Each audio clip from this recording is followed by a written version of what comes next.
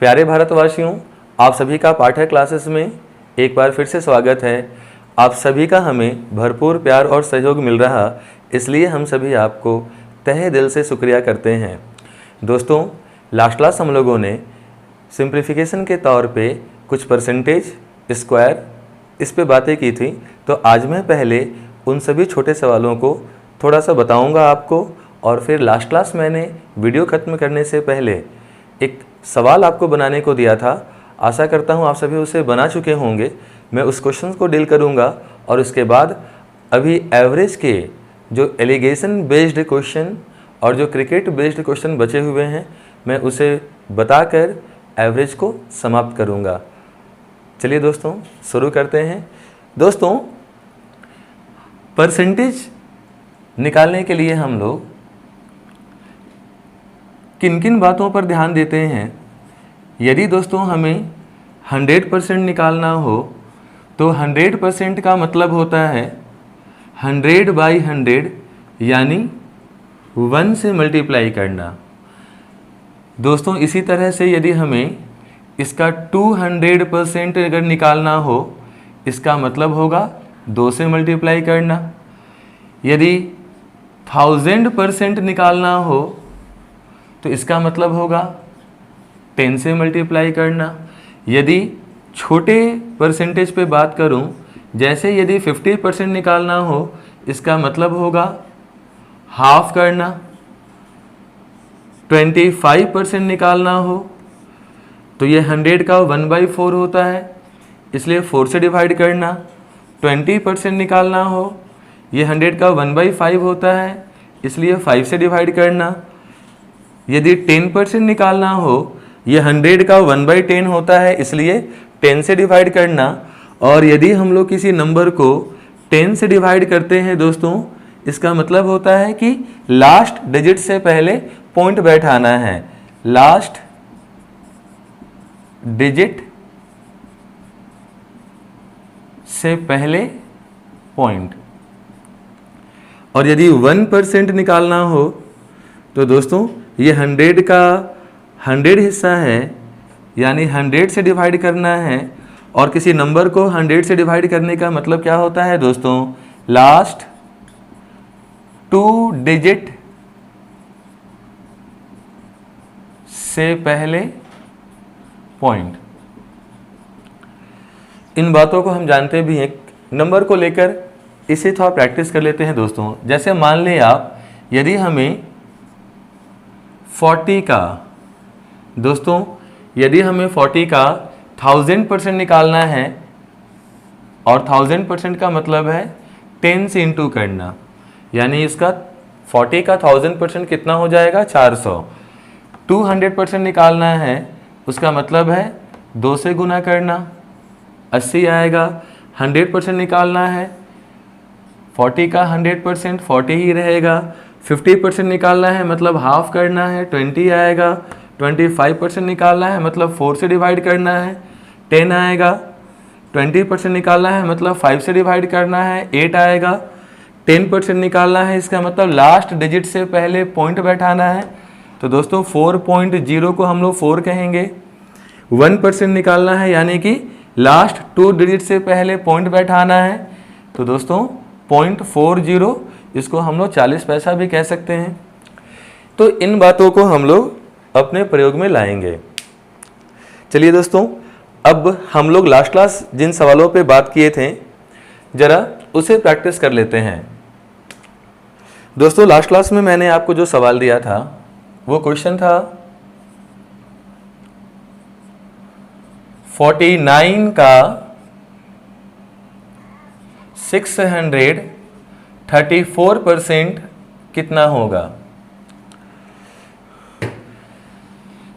तो बच्चों, यदि मैं 2 को 3 से इंटू करूं या 3 को 2 से इंटू करूं, दोनों में वैल्यू 6 ही आएगा।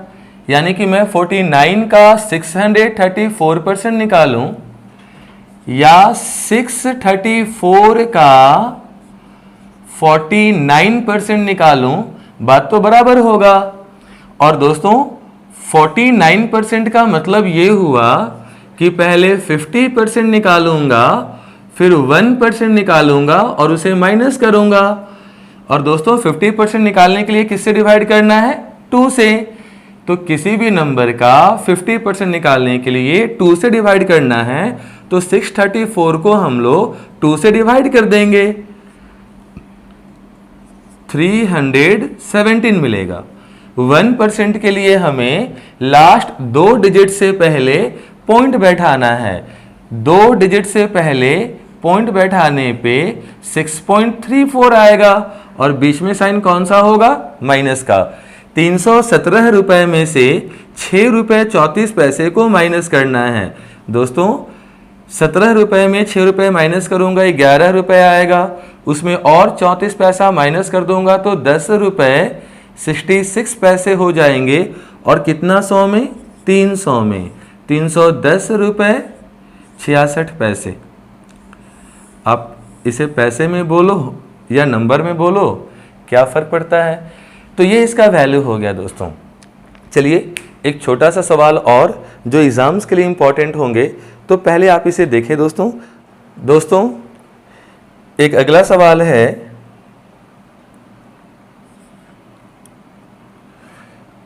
1001 का 448% कितना होगा?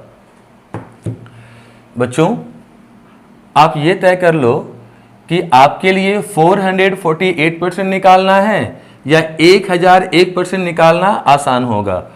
तो दोस्तों 1001% निकालना आसान होगा। क्यों? जैसे मैं इस सवाल को 448 का 1001% भी लिख सकता हूं ना बच्चों।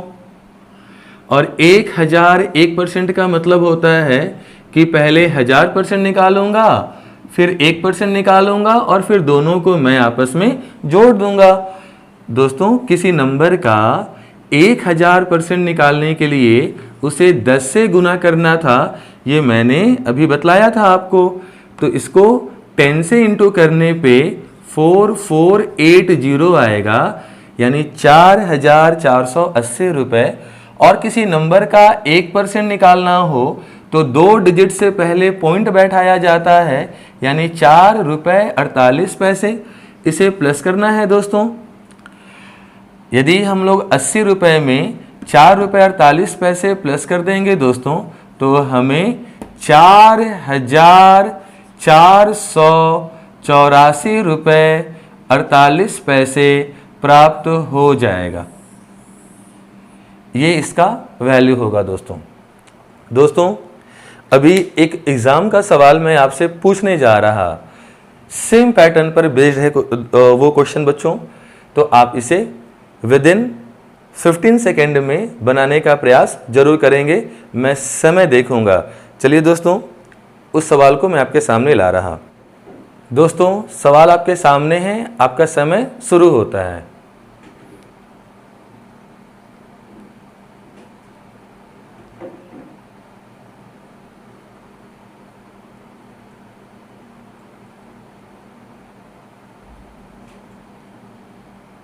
दोस्तों समय समाप्त हो चुकी है। चलिए मैं इससे पहले आप लोगों को डील कर देता हूं। बच्चों जैसा कि हम लोगों ने बात किया था कि 998 और 1002%, यदि इस क्वेश्चन को मैं चाहूं तो 998 का 1002% लिख सकता हूं और 1002% का मतलब हो गया 1000% निकालूंगा, 2% निकालूंगा और दोनों को जोड़ दूंगा। दोस्तों किसी नंबर का 1000% निकालने के लिए 10 से गुना करना है, यानी 9980। और 1% का मतलब होता है दोस्तों 2 अंकों से पहले पॉइंट, यानी 9 रुपए 98 पैसा, यानी 10 रुपए में 2 पैसा कम। अगर 1% का मतलब 10 रुपए में 2 पैसा कम है, तो 2% का मतलब 20 रुपए में 4 पैसा कम, यानी 19 रुपए 96 पैसे होंगे। प्लस का साइन है दोस्तों। 80 रुपए में 19 रुपए 96 पैसा ऐड करूंगा तो 9,999 रुपये 96 पैसे हमें प्राप्त हो जाएंगे। दोस्तों, ये सवाल एग्ज़ाम में पूछने का एक और आधार है। क्यों पूछता है ऐसे सवाल एग्ज़ाम में? तो चलिए इस सवाल को एक और तरीके से हम लोग बात करते हैं। दोस्तों, 1002 को हम लोग 1000 प्लस 2 लिख सकते हैं और 998 को हम लोग 1000 माइनस 2 लिख सकते हैं और का मतलब गुना होता है। दोस्तों, आप गौर कीजिए, ये a plus b into a minus b के फॉर्मूला पर ब्रेक होगा। और दोस्तों, आप जानते होंगे a plus b into a minus b equal to a square minus b square होता है, जहाँ a का काम 1000 कर रहा और b का काम 2 कर रहा। तो दोस्तों, a स्क्वायर मतलब 1000 का स्क्वायर और 1000 का स्क्वायर बच्चों 3 जीरो का स्क्वायर करने पे 6 जीरो यानी कि 10 लाख मिलेगा। और b का स्क्वायर यानी कि 2 का स्क्वायर और 2 का स्क्वायर 4 मिलेगा। और बीच में साइन कौन सा है दोस्तों? माइनस का। तो यदि 10 लाख में 4 रुपये माइनस करूँगा दोस्तों, 4 रुपये माइनस करूँगा तो इसका वैल्यू मिल जाएगा 9,99,996 रुपये। और दोस्तों, चूँकि यहाँ 998 के साथ में परसेंट जुड़ा हुआ था बच्चों, और यदि हम परसेंट हटाते हैं तो नीचे में 100 आता है। और जब नीचे में 100 आएगा बच्चों, जब नीचे में 100 आएगा तो 100 से किसी नंबर को डिवाइड करने पे वहाँ नीचे में 2 अंकों से पहले पॉइंट बैठ जाएगा। तो चूंकि ये सवाल a plus b into a minus b के पैटर्न पे ब्रेक होता है, इसलिए इस सवाल को एग्ज़ाम में पूछा गया है बच्चों। चलिए, ये परसेंटेज बेस्ड क्वेश्चंस बाबू हम लोग अभी देखे हैं। अगले क्लास से मैं आपको परसेंटेज बेस्ड कुछ क्वेश्चंस को प्रैक्टिस करने के लिए ज़रूर दूंगा, तो तब तक आप इसे ज़रूर प्रैक्टिस करेंगे। और मैंने आपसे कुछ स्क्वायर के बारे में भी बातें की थी बच्चों। मैं आज आपको स्क्वायर को सिंप्लीफाई करना नहीं सिखला रहा, मैं आपसे स्क्वायर इसलिए जानना चाह रहा था ताकि आप उन सभी स्क्वायर को याद करने पे ध्यान दे पाएँ। दोस्तों, आज मैं आपको स्क्वायर निकालना नहीं सिखला रहा, बस मैं आपसे जो क्वेश्चन पूछा था उससे जुड़ी छोटी सी बात को मैं आपको बतलाने जा रहा। दोस्तों, सबसे पहले 40 टू 50 के बीच का स्क्वायर निकालना और 50 टू 60 के बीच का स्क्वायर निकालना, इसके लिए कुछ कंसेप्ट नहीं चाहिए दोस्तों। आप देखो, आप इसका बेस वैल्यू, आप इसका एक बेस वैल्यू 15 को मान लेना और इसका एक बेस वैल्यू 25 को मान लेना। अब सपोज़ यदि हमें कोई कहता है 41 का स्क्वायर निकालने को, 41 का स्क्वायर निकालने को, तो दोस्तों यदि यहाँ 1 है तो आप 15 में 1 प्लस कर दें, 16 हो जाएगा। और यदि 1 है तो आप 9 का स्क्वायर निकालना। दोस्तों, मैं कहना चाह रहा, यदि 1 है तो 9 का स्क्वायर निकाल देना, 2 है तो 8 का स्क्वायर निकाल देना, 3 है तो 7 का स्क्वायर निकाल देना। आप समझ चुके होंगे कि 10 में से माइनस करके जो आएगा उसका स्क्वायर निकाल देना।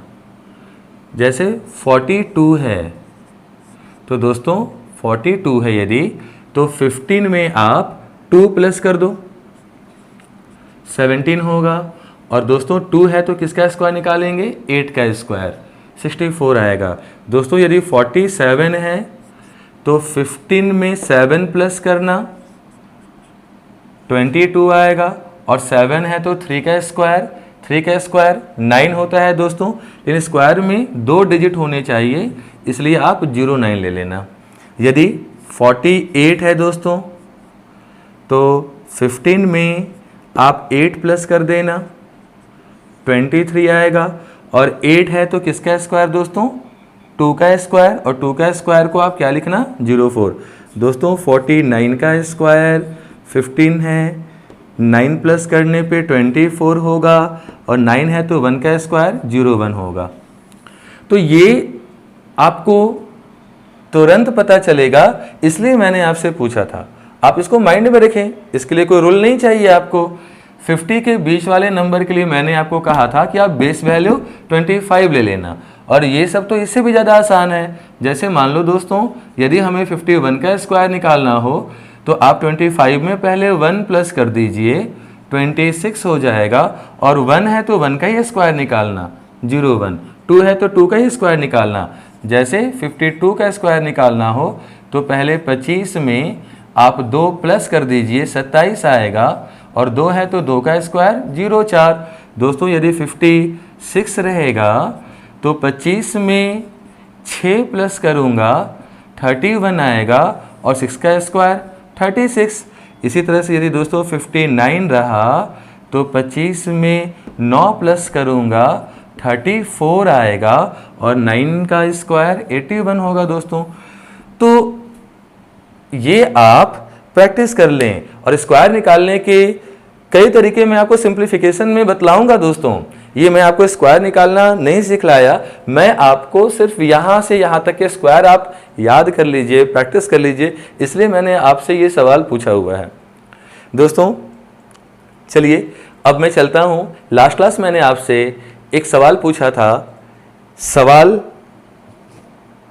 है दोस्तों, चलिए बच्चों, हमारा सवाल था, मैं आपको वो सवाल पहले पढ़ के सुना देता हूँ, फिर मैं उसे सॉल्व करता हूँ। दोस्तों सवाल है, 100 player of a village are weighed consecutively and their average weight calculated after each member is weighed. If the average weight increases by 1 kg each time, then find how much heavier is the last player than the first player. दोस्तों चलिए इस सवाल को बनाते हैं हम लोग। दोस्तों इस सवाल में कहा गया है कि पहले किसी एक आदमी जिसे वेट किया जाता है, और फिर उसके बाद एवरेज वेट निकाला जाता है। फिर अब पहले आदमी के साथ साथ दूसरे आदमी को वेट किया जाता है और उसका एवरेज निकाला जाता है, जो पहले वाले एवरेज से एक ज़्यादा मिलता है। फिर 3 आदमी को वेट किया जाता है, उसका एवरेज निकाला जाता है, और फिर जो एवरेज आया वो पिछले एवरेज से एक ज़्यादा आता है। तो सवाल है पहला आदमी, और ऐसे करते करते हम लोग 100 आदमी तक गए थे, तो 100वां आदमी और पहला आदमी के बीच में कितने का डिफरेंस है ये आपसे पूछा जा रहा। चलिए दोस्तों, सबसे पहले यदि हम बात करें कि फर्स्ट आदमी, इसका एवरेज, इसका टोटल, और इसका एग्जैक्ट वैल्यू। दोस्तों माना पहला आदमी को वेट किया और उसका जब एवरेज कैलकुलेट किया तो 1 kg आया। एक आदमी का जो एवरेज होता है वही उसका टोटल वैल्यू भी होता है, जो टोटल वैल्यू है वही इसका एग्जैक्ट वैल्यू भी होगा। अब पहले आदमी के साथ साथ दूसरे आदमी को भी वेट किया जाएगा, तो एवरेज पिछले एवरेज से एक ज़्यादा होगा, यानी 2 हो जाएगा। यदि 2 लोगों का एवरेज 2 है दोस्तों, इसका मतलब दोनों का मान 2-2, यानी कुल कितना है बच्चों 4। टोटल 4 है बच्चों, जिसमें पहले आदमी का एग्जैक्ट वैल्यू हम लोग कितना फाइंड किए थे 1, यानी 4 में से पहले आदमी का तो वैल्यू 1 है, तो बाकी जो 3 बचा वो किसका मान होगा दोस्तों, दूसरे आदमी का, यानी दूसरे आदमी का मान रियल में 3 है और पहले आदमी का एग्जैक्ट वैल्यू 1 है। फिर अब इन दोनों के साथ साथ एक और आदमी को शामिल कर लिया जाएगा, यानी कि अब फर्स्ट प्लस सेकंड और प्लस थर्ड, अब 3 आदमियों को कैलकुलेट किया जाएगा, उसका एवरेज कैलकुलेट किया जाएगा और एवरेज फिर पिछले एवरेज से 1 ज़्यादा हो जाएगा, मतलब वो कितना हो जाएगा दोस्तों 3। यदि 3 लोगों का एवरेज 3 है, इसका मतलब हो गया कि तीनों का मान 3 3 3, यानी टोटल कितना होगा दोस्तों 9 होगा। अब 9 में से पहले आदमी का रियल वैल्यू एग्जैक्ट वैल्यू कितना था 1, दूसरे आदमी का एग्जैक्ट वैल्यू कितना था दोस्तों 3। तो 9 में से यदि एक का 1 एक का 3 यानी 4 निकल गया, तो बाकी जो 5 बचा दोस्तों वो तो तीसरे आदमी का ही वैल्यू होगा ना। यानी कि इसी पैटर्न के आधार पे अब हम लोगों को चलते हुए एक आदमी यानी पहला, उसके साथ दूसरा, उसके साथ तीसरा करते करते 100th आदमी तक जाना है दोस्तों। और आप खुद गौर से देखो दोस्तों, यहाँ जो भी अगला आदमी शामिल किया जा रहा वो पिछले आदमी से 2 ज़्यादा हो रहा। यदि इसी पैटर्न को हम लोग फॉलो करें दोस्तों, तो आप देखिए जरा सा,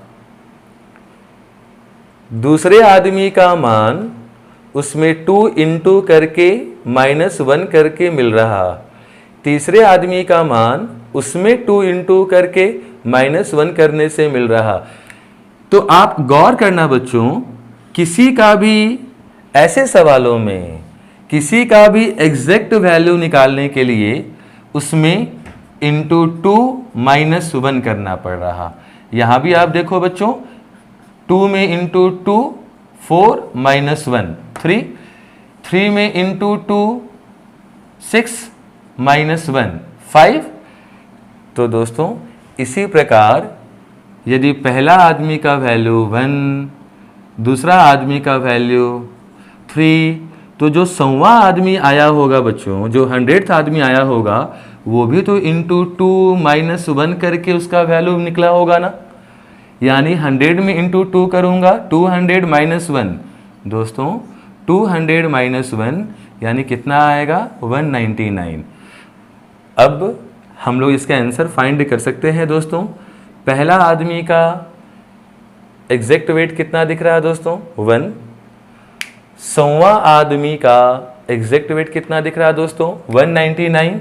और हम लोगों से इन्हीं दोनों का पहला और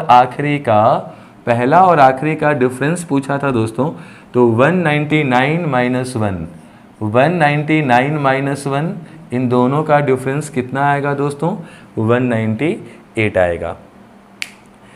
आशा करता हूँ आप सभी का आंसर आया होगा दोस्तों। जिसका भी जवाब आया होगा, आपसे आग्रह है आप हमारे कमेंट बॉक्स में ज़रूर अपना थम्स अप का सिंबल ज़रूर भेजिए। चलिए दोस्तों, आज के एवरेज के टॉपिक जिसमें हमें एलिगेशन और क्रिकेट बेस्ड क्वेश्चन पे बात करनी है, तो आज उसे कंटिन्यू करते हैं। चलिए चलते हैं अगले सवाल की ओर। चलिए दोस्तों, मैं आपको क्वेश्चन पढ़कर पहले समझा देता हूँ। दोस्तों सवाल है, एक फौज में भारतीय और यूरोपीय सैनिक की कुल संख्या 12,000 है। यूरोपीय सैनिक की औसत ऊंचाई 5 फीट 10 इंच तथा भारतीय सैनिक की 5 फीट 9 इंच है, जबकि सभी की औसत ऊंचाई 5 फीट 9/3/4 इंच है। तो भारतीय सैनिकों की संख्या क्या है? दोस्तों इस सवाल में कहा गया है कुल मिलाकर यूरोपीय और इंडियन ये टोटल 12,000 सैनिक हैं और इसमें यूरोपीय सैनिकों का एवरेज हाइट 5 फीट 10 इंच है और इंडियन सैनिकों का एवरेज हाइट 5 फीट 9 इंच है और सभी का मिलाकर एवरेज हाइट 5 फीट 9/3/4 इंचेस है। दोस्तों, इस सवाल को मैं बताने से पहले एक छोटा सा चर्चा एलिगेशन पे कर लेता हूं बच्चों। एलिगेशन टॉपिक आप जल्द पढ़ेंगे, बहुत अच्छा टॉपिक है दोस्तों। आप जरा सा सोचिए, मेरा एक दुकान है और इस दुकान में मेरे पास चावल है 10 रुपये पर केजी वाला। मेरे पास एक ग्राहक आया, वो मुझसे चावल मांगा 25 रुपये पर केजी वाला, लेकिन मेरे पास दो किस्म के चावल हैं, एक 10 वाला और दूसरा 50 रुपये पर केजी वाला, और उस ग्राहक को चाहिए 25 रुपये पर केजी वाला चावल। तो दोस्तों, मैं इस सस्ते सामान और महंगे सामान को मिलाकर वो दाम बनाना चाहूँगा जो मेरे ग्राहक को चाहिए।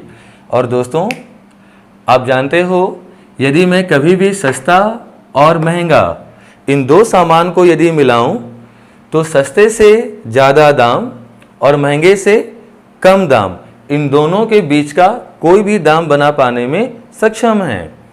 तो दोस्तों, लेकिन यदि मैं इसको ऐसे ही मिला दूंगा तो इसके बीच का कोई भी मान बन सकता है, लेकिन मुझे एग्जैक्ट 25 ही बनाने के लिए इन दोनों का कुछ खास क्वांटिटी लेना होगा। और वो एग्जैक्ट क्वांटिटी जानने के लिए दोस्तों, बस आप इन्हें क्रॉस करके डिफरेंस निकाल लेना। जैसे 50 और 25 में डिफरेंस कितने का आएगा दोस्तों? 25 का। यहाँ भी क्रॉस करके डिफरेंस निकाल लेना, तो 25 और 10 में डिफरेंस कितने का आएगा दोस्तों? 15 का।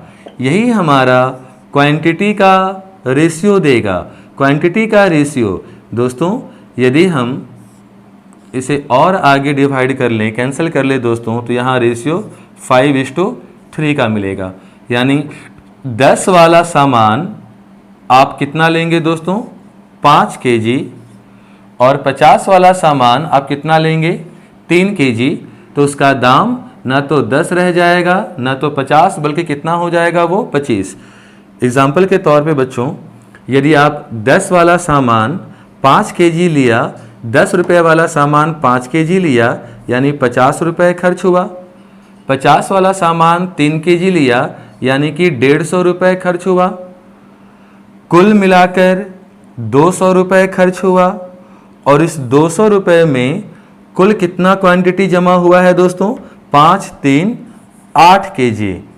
तो बच्चों, यदि 200 रुपये को 8 kg से डिवाइड करूँगा तो उसका वैल्यू 25 रुपये पर केजी आ जाएगा दोस्तों। वही हमें चाहिए था। तो दोस्तों, ये एलिगेशन क्वेश्चन बेस्ड है बच्चों। एलिगेशन पे, मिक्सचर पे मैं आने वाले समय में चर्चा करूँगा। फिलहाल इस सवाल को बनाने के लिए चूँकि इसका प्रयोग करना है दोस्तों, इसलिए मैंने आपको इसका हिंट दिया अभी। आप समझे छोटी सी बात को कि एलिगेशन लगाते कहाँ पर हैं दोस्तों। दोस्तों, जब भी हमें 3 मान दे, छोटा मान, बड़ा मान, जिसे मिलाकर उनके कोई बीच का मान बनाना हो, तो वहाँ पे हम लोग एलिगेशन नियम लगा सकते हैं किसी भी टॉपिक में। दोस्तों, एलिगेशन वो हर जगह लग सकता है जहाँ छोटे बड़े को मिलाकर कोई बीच का मान बनाना हो, और उसके लिए किसका कितना हिस्सा लें, वो हिस्सा जानने के लिए क्रॉस करके डिफरेंस लिया जाता है। एलिगेशन क्वेश्चन पे लगाने के लिए हमेशा ऊपर में छोटे और बड़े नंबर को रखना दोस्तों, लेकिन बीच में हमेशा बीच का नंबर आना चाहिए। आप इधर बड़ा इधर छोटा कर दो, लेकिन बीच में हमेशा बीच का मान आना चाहिए, और जो जिसके नीचे आएगा वही उसका क्वांटिटी कहलाएगा। अब जरा सा आप गौर से समझना दोस्तों, टोटल 12,000 सैनिकों में कुछ यूरोपियन हैं, कुछ इंडियन हैं। यूरोपियन का हाइट 5 फुट 10 इंच, इंडियन का 5 फुट 9 इंच, और इन दोनों को किस रिस्पेक्ट में मिलाया जाए ताकि सभी का औसत ऊंचाई कितना हो सके बच्चों, 5 फीट 9/3/4 इंचेस हो सके। तो किसका कितना हिस्सा कितना क्वांटिटी जानने के लिए मैंने बताया ना दोस्तों, क्रॉस करके डिफरेंस लूँगा तो नीचे क्वांटिटी का रेशियो मिल जाएगा। और चूंकि यहाँ लोगों पे बातें हो रही दोस्तों, इसलिए क्वांटिटी के रूप में कौन मिलेंगे, नंबर ऑफ पर्सन मिलेंगे दोस्तों। आप यहाँ डिफरेंस निकालो, यदि इसमें इसको माइनस करूँगा तो 5 - 5 0, 9 में 9 गया 0, बचा कौन दोस्तों, 3/4। यदि 5 फुट 10 इंच में से इसे माइनस करूँगा दोस्तों, 5 में 5 गया 0, 10 में 9 जाएगा 1, और उसमें 3/4 और माइनस करना है दोस्तों। 1 में 3/4 माइनस करूँगा तो 1/4। आप इसे माइनस करना दोस्तों, इतना आ जाएगा। ये क्वांटिटी का रेशियो होता है, जैसा कि मैंने आपको यहाँ बताया था दोस्तों। आप इसे रेशियो में नीचे नीचे कैंसिल कर दो, यानी यूरोपियन वाले 3 हिस्सा हैं और इंडियन वाले 1 हिस्सा हैं। तो दोस्तों यहाँ जो टोटल 12,000 है उसमें यूरोपियन 3 हिस्से हैं और इंडियन 1 हिस्सा, कुल मिलाकर ये लोग 4 हिस्से में बटेंगे।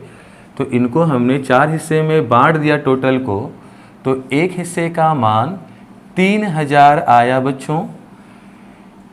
इसलिए यहाँ इंडियन 1 हिस्सा का मान कितना हो जाएगा, 3,000। और चूंकि यूरोपियन 3 हिस्सा था बच्चों और 1 हिस्से का मान 3,000, इसलिए 3 हिस्से का मान 3 गुना 3,000 यानी कि 9,000 आ जाएगा। इंडियन 12,000 में से 3,000 है और यूरोपियन 12,000 में से 9,000 है। दोस्तों ये एलिगेशन है और मैं आपसे अब क्रिकेट बेस्ड एक बहुत अच्छा सा सवाल जो एग्ज़ाम के लिए बहुत इंपॉर्टेंट होता है दोस्तों, और एलिगेशन बेस्ड बनाएंगे उसे हम लोग और एक दूसरे तरीके से भी उसे बनाएंगे। चलिए चलते हैं अगले सवाल की ओर। चलिए दोस्तों, मैं आपको पहले वो सवाल पढ़कर सुना देता हूँ। A cricketer whose bowling average was 12.4 run per wicket takes 5 wicket for 22 runs in a match, thereby decreases his average by 0.4. The number of wickets taken by him before this match was what?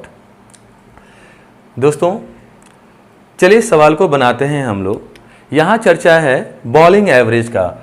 दोस्तों इस सवाल में कहा गया है एक गेंदबाज का बॉलिंग एवरेज, एक गेंदबाज का बॉलिंग एवरेज 12.4 रन पर विकेट। बच्चों बॉलिंग एवरेज 12.4 रन पर विकेट, किसी चीज का जो मात्रक होता है वही उसका फॉर्मूला भी होता है दोस्तों। यानी बॉलिंग एवरेज का फॉर्मूला क्या होगा बच्चों, बॉलिंग एवरेज का फॉर्मूला होगा रन पर विकेट।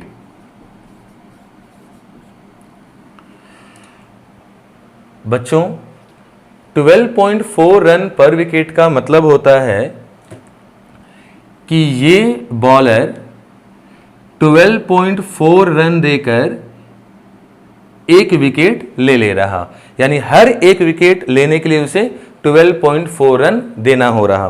फिर कह रहा दोस्तों सवाल में कि उसने एक मैच में 22 रन देकर, दोस्तों 22 रन देकर 5 विकेट प्राप्त किया। तो रन बाय विकेट दोस्तों यहां 4.4 रन पर विकेट मिलेगा, यानी एक और बॉलिंग एवरेज मिला। और चूंकि यहां एक विकेट लेने के लिए मात्र 4.4 रन देना हो रहा और यहां एक विकेट लेने के लिए 12.4 रन दे रहा था, तो जब इन दोनों मैच को मिला लिया जाएगा दोस्तों एक अच्छा स्कोर, विकेट लेने के लिए कम रन दे रहा। ये थोड़ा बुरा स्कोर है क्योंकि एक विकेट लेने के लिए ज़्यादा रन देना पड़ रहा। एक छोटे नंबर एक बड़े नंबर को जब मिलाऊंगा दोस्तों तो कोई ना कोई बीच का नंबर जरूर बनेगा। और यहाँ सवाल कहा गया था कि जब अगले मैच में उसने 22 रन देकर 5 विकेट लिया, जिस कारण उसके बॉलिंग एवरेज में 0.4 की कमी आ गई है। दोस्तों यदि इसमें 0.4 की कमी हो जाएगी तो एक और बॉलिंग एवरेज प्राप्त होगा जो हमें 12 रन पर विकेट दिखेगा। अब दोस्तों आप गौर करना, एक छोटा नंबर, एक बड़ा नंबर और एक बीच का नंबर, एलिगेशन लगाना बनता है ना दोस्तों। ऊपर में हमेशा बड़े और छोटे को रखते हैं हम लोग, बॉलिंग एवरेज ऊपर में बड़ा मान 12.4, छोटा मान 4.4 और दोनों को मिलाकर बीच का मान कौन सा बना दोस्तों? 12। किसका कितना क्वांटिटी, वो क्वांटिटी जानने के लिए दोस्तों हमें क्रॉस कर कर डिफरेंस लेना था। 12 में से 4.4 माइनस करूँगा दोस्तों 7.6 आएगा। 12.4 में 12 माइनस करूँगा 0.4 आएगा। ये क्वांटिटी का रेशियो होता है दोस्तों, पॉइंट और पॉइंट कैंसिल हो जाएगा। 4 से 76 19 टाइम्स में जाएगा, यानी क्वांटिटी का रेशियो 19:1 मिला हमें। दोस्तों यहाँ क्वांटिटी के रूप में आखिर क्या मिलेगा? तो बॉलिंग एवरेज क्रॉस करके हम लोग किसके पास जा रहे हैं दोस्तों? बॉलिंग एवरेज क्रॉस करके हम लोग विकेट के पास जा रहे हैं, इसलिए यहाँ क्वांटिटी के रूप में विकेट मिलेगा। लेकिन ये विकेट तो रेशियो में प्राप्त हुआ है ना बच्चों। आप गौर करना, रियल में जब बॉलिंग एवरेज 4.4 था उस समय एग्जैक्ट कितने विकेट लिए गए थे? 5 विकेट। जब बॉलिंग एवरेज 4.4 था उस समय रेशियो में विकेट कितना दिख रहा दोस्तों? 1, जबकि रियल में उसका एग्जैक्ट वैल्यू कितना था? 5। यदि 1 का रियल मान 5 विकेट के बराबर है दोस्तों, जो रेशियो से 5 टाइम्स है, इसलिए यहाँ भी रियल मान रेशियो से 5 टाइम्स होगा और 19 × 5 95 विकेट हो जाएगा। दोस्तों इसका मतलब ये हुआ कि जब बॉलिंग एवरेज 12.4 था, जब बॉलिंग एवरेज 12.4 था उस समय तक कुल 95 विकेट लिए गए थे।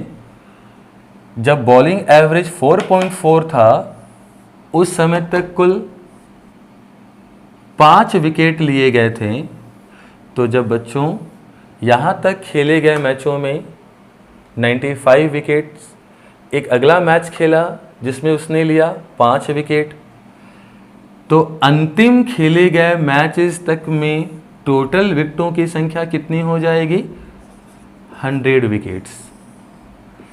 दोस्तों यदि यहाँ सवाल ये पूछे कि अब तक खेले गए सारे मैचेस में कुल विकेटों की संख्या कितनी है, तो जवाब होगा 100 विकेट।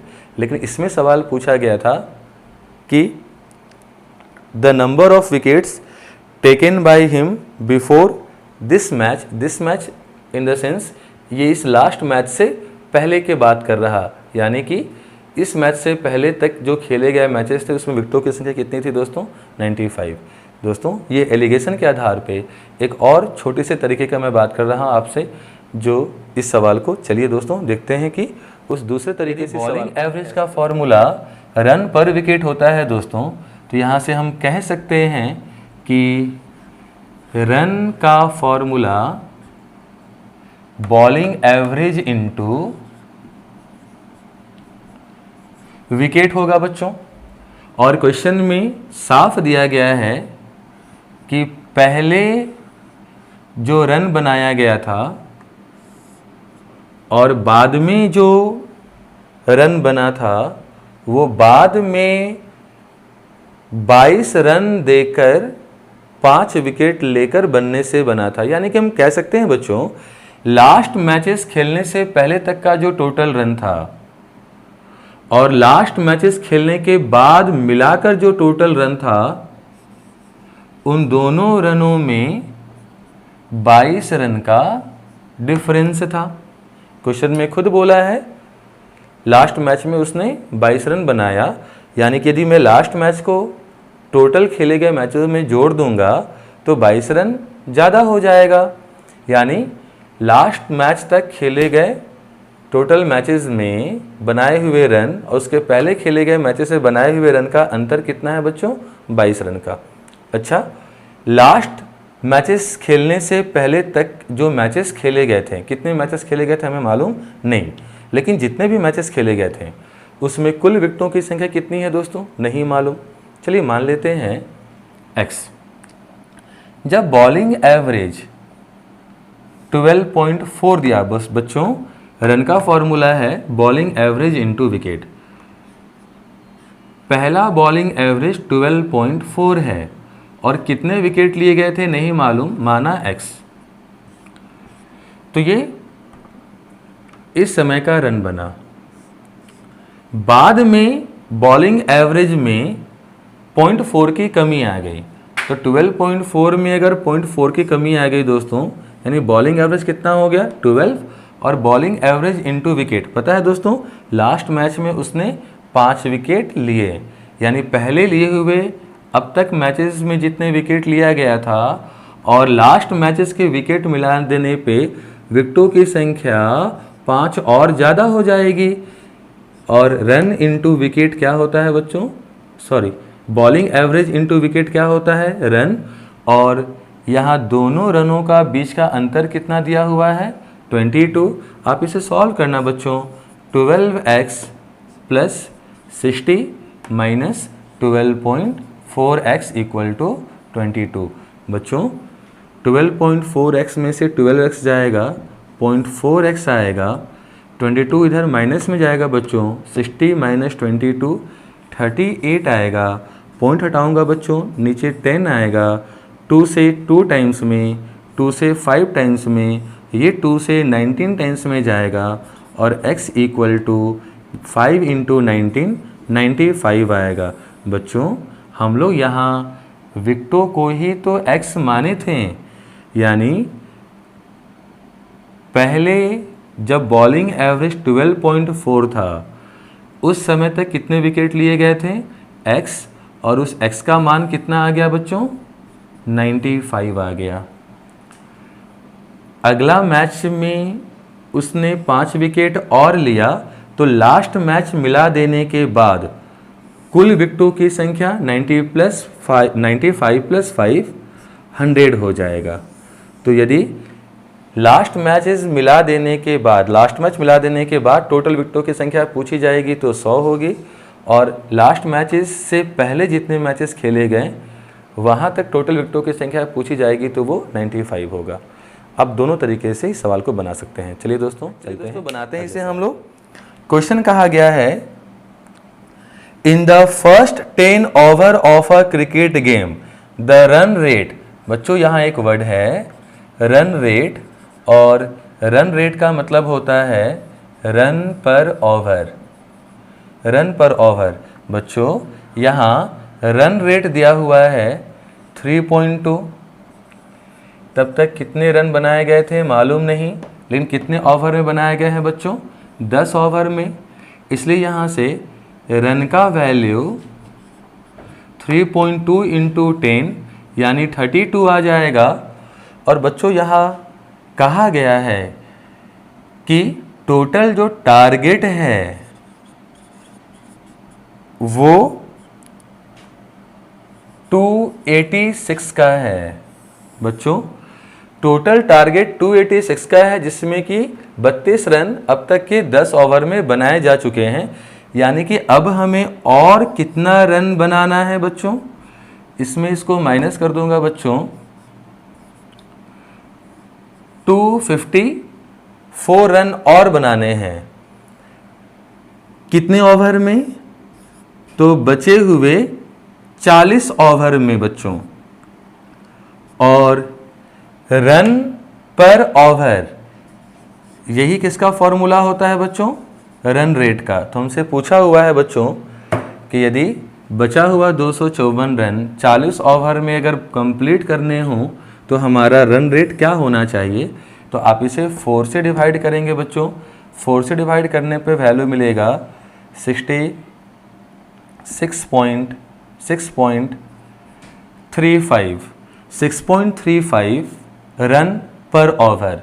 6.35 रन पर ओवर, इसका मतलब बच्चों उसे अपने टारगेट को पूरा करने के लिए हर ओवर में 6.35 रन बनाने हैं।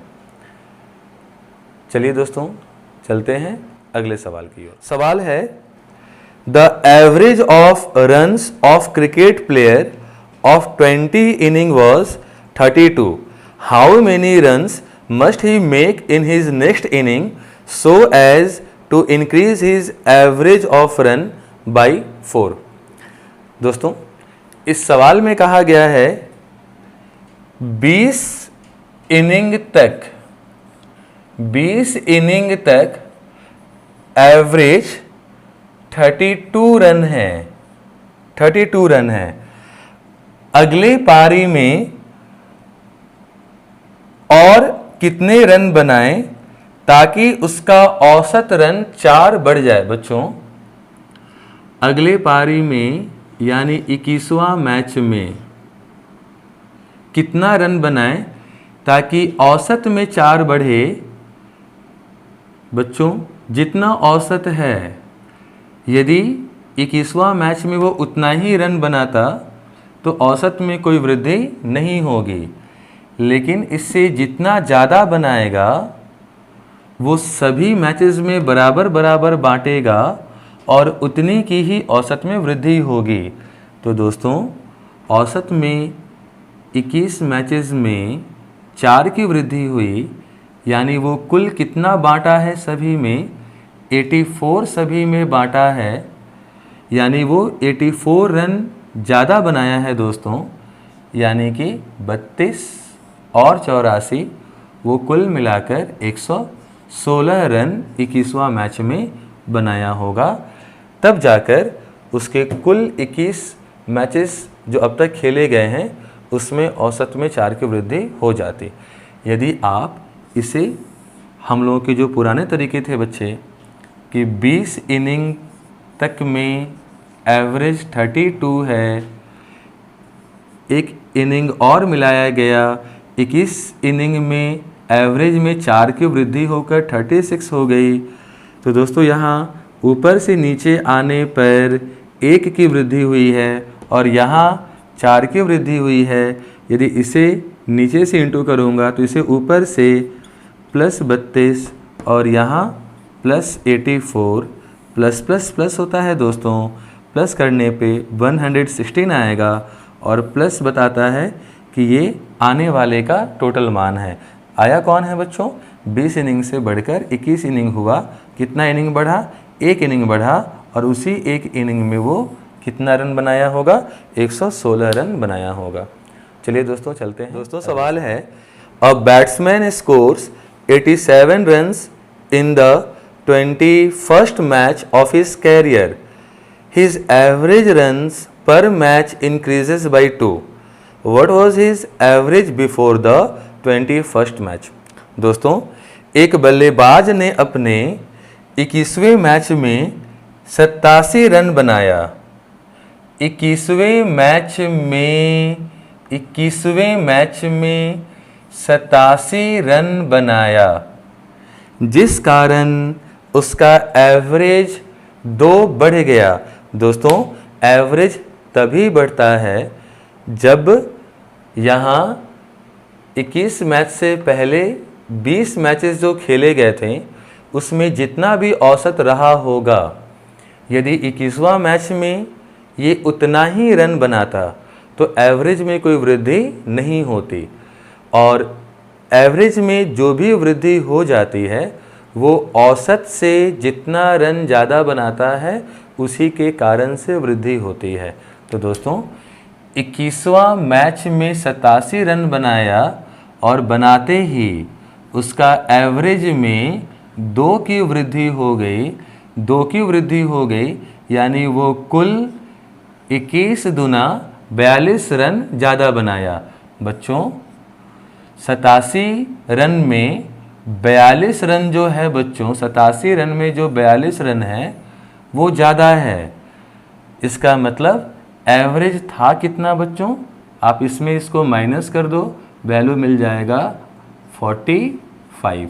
यानी कि बच्चों एवरेज रहा होगा 20 मैचेस तक का, 20 मैचेस तक का एवरेज रहा होगा 45।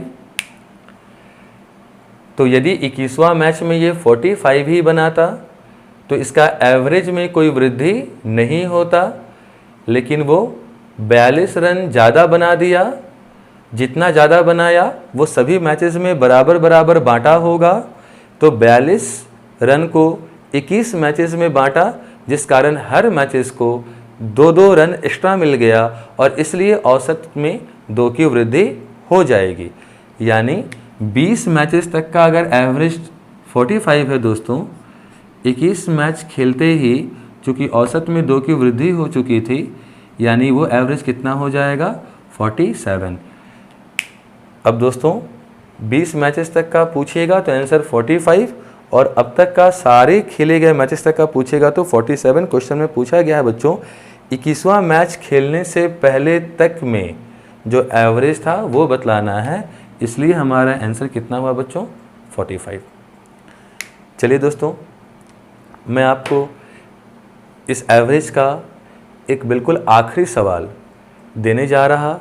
मैं चाहूँगा कि इस सवाल को पहले आप लोग 1 मिनट के लिए खुद से ट्राई करें, उसके बाद मैं इस सवाल को आपको सॉल्व कर कर बताऊँगा। तो चलिए बच्चों, आपकी समय समाप्त हो चुकी है।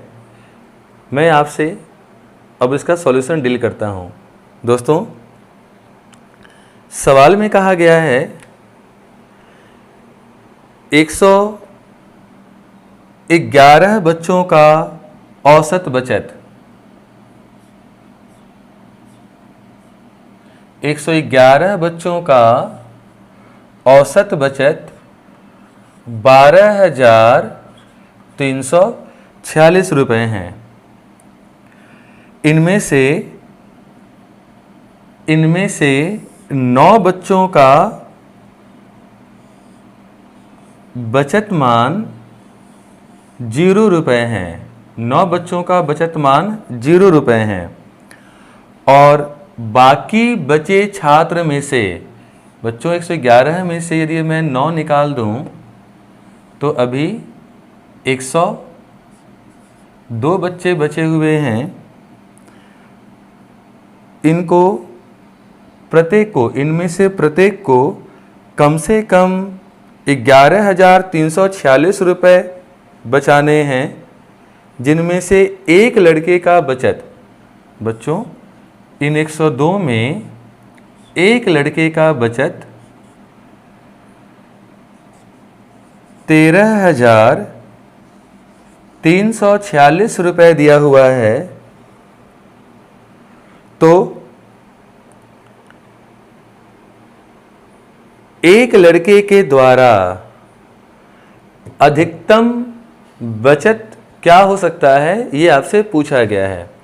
बच्चों,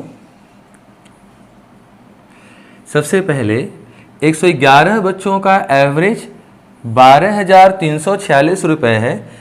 औसत इतना दिया था बच्चों, इसका मतलब ये हुआ कि हर बच्चे का मान इतना इतना था।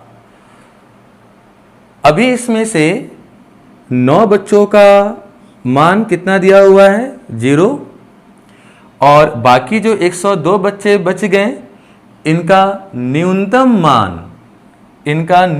मान कम से कम इनको 11,346 कम से कम इनके होने ही चाहिए। इन 102 बच्चों में से एक बच्चे का एग्जैक्ट मान तो 13,346 दे चुका है बच्चों। अभी बच गए इनमें से 101 बच्चे, और ये जो 101 बच्चे बचे हुए हैं इनमें से 100 बच्चों का मान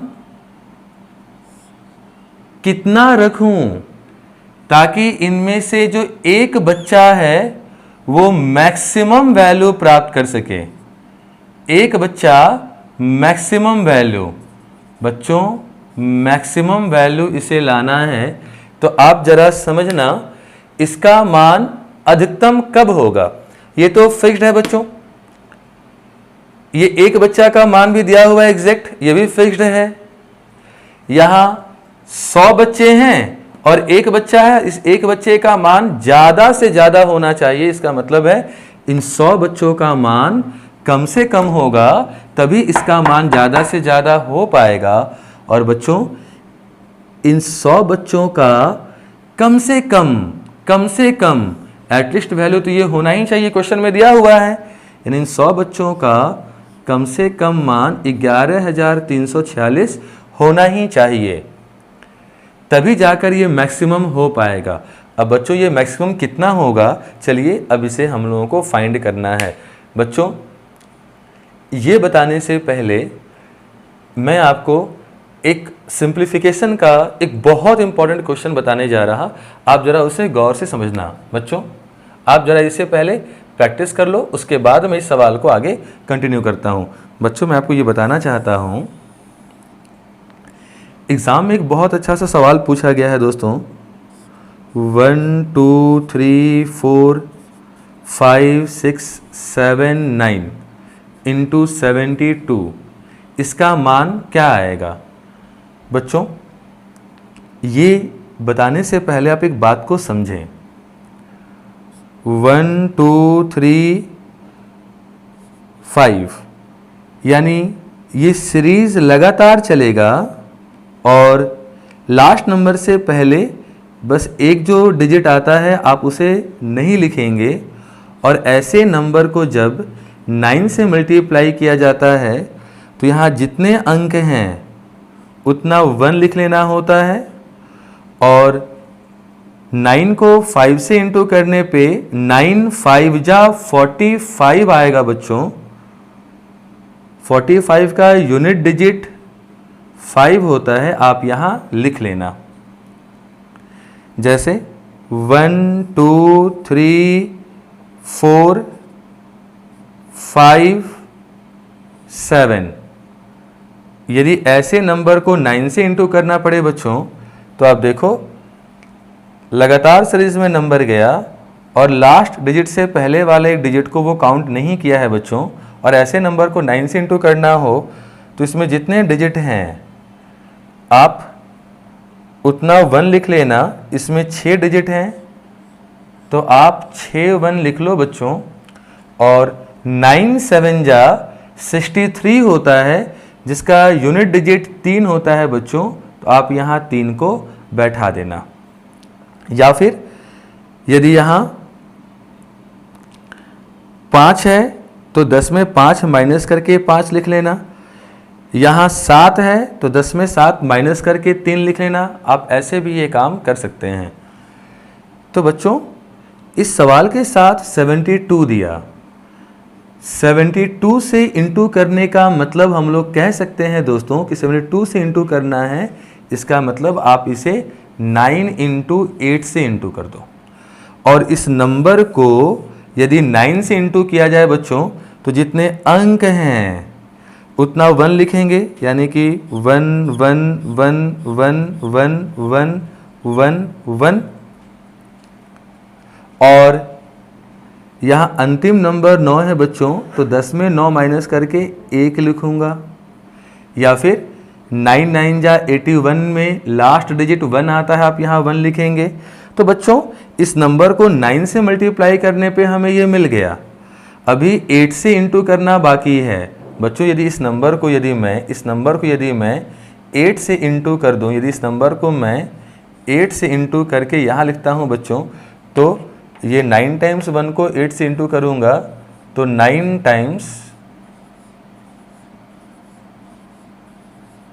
1 2 3 4 5 6 7 8 9 बार हमें 8 की प्राप्ति हो जाएगी। ये सवाल एग्ज़ाम में आया है बच्चों, और आप समझ सकते हो कि ऐसे ही सवाल एग्ज़ाम में क्यों देते हैं, क्योंकि इन्हें कंसेप्ट वे में विद इन टाइम बनाना आसान होता है। एग्जामिनर तो आपके दुश्मन होते नहीं हैं बच्चों कि वो ऐसे सवाल जानबूझ कर देंगे जो विद इन टाइम न बने। तो बच्चों आपको सिर्फ सारे सवालों के कंसेप्ट को अच्छे तरीके से सीखना है, और मैं सारा सिंप्लीफिकेशन आपको सिंप्लीफिकेशन चैप्टर में ज़रूर बताऊंगा बच्चों। मैंने ये अभी आपसे डील क्यों किया बच्चों, ताकि आप इस नंबर पे गौर करना मेरे प्यारे बच्चों। ये बिल्कुल ऐसे ही सीरीज़ का नंबर है 1 2 3 4 6। यदि आप इन सवालों को इस तरीके से सॉल्व करना जानते हैं तो आप अपना समय बचा पाएंगे, नहीं तो आप उसे इंटू करने में अपना काफ़ी समय व्यतीत कर देंगे बच्चों। या तो सवाल को छोड़ना होगा या तो आप बनाने लगोगे तो और सवालों को बनाने के लिए आपके पास समय बचेगा नहीं। चलिए बच्चों, अब इसे ज़रा सा देखा जाए। मेरा फाइनल क्वेश्चन ये है कि इस एक बच्चे का मान मैक्सिमम होने के लिए इन बच्चों का मान मिनिमम होना चाहिए, और क्वेश्चन में दिया हुआ है कि मिनिमम इतने तो है ही इन बच्चों के, जिसमें इनका ये मान फिक्स्ड है कि 9 बच्चों का मान 0 है, एक बच्चे का मान ये भी फिक्स्ड है, बाकी इन बच्चों का मान फिक्स्ड नहीं था, तो मैक्सिमम लाने के इसको हमने मिनिमम माना। अब बच्चों आप ध्यान दें, 111 बच्चों का औसत मान इतना है, यानी हर बच्चे को इतना इतना दिया गया था, तो 9 बच्चों को भी इतना इतना दिया गया होगा, लेकिन इन 9 बच्चों का मान तो 0 है, फिर इन 9 बच्चों का मान गया कहां? 9 बच्चों का मान इस एक बच्चे के पास चला गया, तभी तो इसका मान मैक्सिमम होगा ना। तो बच्चों, इन 9 बच्चों को अगर हर बच्चों को इतना मिल रहा तो 9 बच्चों को कितना मिलेगा, उसके लिए आप 9 से इंटू करेंगे, और 9 से इंटू करने के लिए बच्चों 1 1 1 1 1 यहाँ 5 टाइम्स लिखेंगे, और 10 में 6 माइनस करेंगे बच्चों 4 आएगा। तो मैक्सिमम निकालने के लिए इन 9 बच्चों का मान तो इसको मिला, ओके मिला इसे, और प्लस सभी बच्चों का मान तो 12,346 होना था बच्चों, जबकि इन 100 बच्चों को कितना कितना दिया गया है, 11,346। तो इन बच्चों का जो 1000 है वो भी किसके पास जाएगा? इसी के पास जाएगा। तो यहां 12,346 में से 11,346 मिला बच्चों, यानी इनका 1000 कितने बच्चों का? 100 बच्चों का। 100 बच्चों का 1000 यानी कि 1 लाख। वो किसको मिला? मैक्सिमम वाले को मिला। और प्लस हर बच्चे को इतना मिला था, यानी इस बच्चे का मान भी तो इतना मिला होगा ना, जो इसी के पास है अभी, यानी 12,346। इसका अपना खुद का मान इसको मिलना चाहिए। लेकिन दोस्त जरा यहां ध्यान देना, सभी बच्चों का मान यदि इतना है तो इस एक बच्चे का मान भी तो इतना होना चाहिए था, लेकिन ये 12,346 के जगह पर 13,346 ले रखा है, जो 12,346 से कितना ज़्यादा है बच्चों? 1,000 ज़्यादा है। तो बच्चों यदि इसे 1,000 ज़्यादा मिला है तो वो 1,000 कम इसी के पास से तो होगा, यानी इसका अपना खुद का जो मान 12,346 है उसमें से 1,000 वो इसको दे देगा, 1,000 इसको दे देगा, यानी दोस्तों वो 1,000 इसमें से कम, यानी 11,346 अपने पास रखेगा। तो बच्चों इसका कुल मैक्सिमम वैल्यू, मैक्सिमम बचत कितना हो सकता है इसका? आप इन सभी नंबर को ऐड कर दे बच्चों, कितना मिल जाएगा आपको?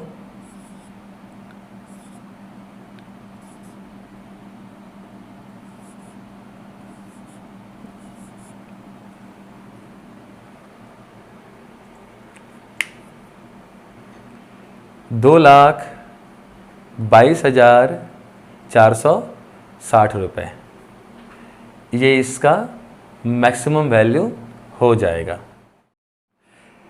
तो प्यारे दोस्तों, यदि आप सभी का आंसर सही आया हो तो आप सभी हमें थम्स अप का साइन जरूर कमेंट बॉक्स में भेजें। और बच्चों हम लोग अब अगले वीडियो में नए चैप्टर्स को पढ़ेंगे। यदि आपकी कोई इच्छा की कोई चैप्टर हो जो आप पढ़ना चाहते हैं तो आप हमें उसे कमेंट बॉक्स में ज़रूर भेजें बच्चों। यदि वो इम्पॉर्टेंट टॉपिक हुआ एग्ज़ाम के दृष्टिकोण से तो मैं उसे ज़रूर पढ़ाऊँगा। और बच्चों हमारे चैनल को आप ज़रूर से ज़रूर लाइक, शेयर और सब्सक्राइब करें। तो चलिए बच्चों, मिलते हैं अपने अगले वीडियोज़ में नए चैप्टर के साथ। तब तक आप लोग खुश रहें, स्वस्थ रहें। धन्यवाद।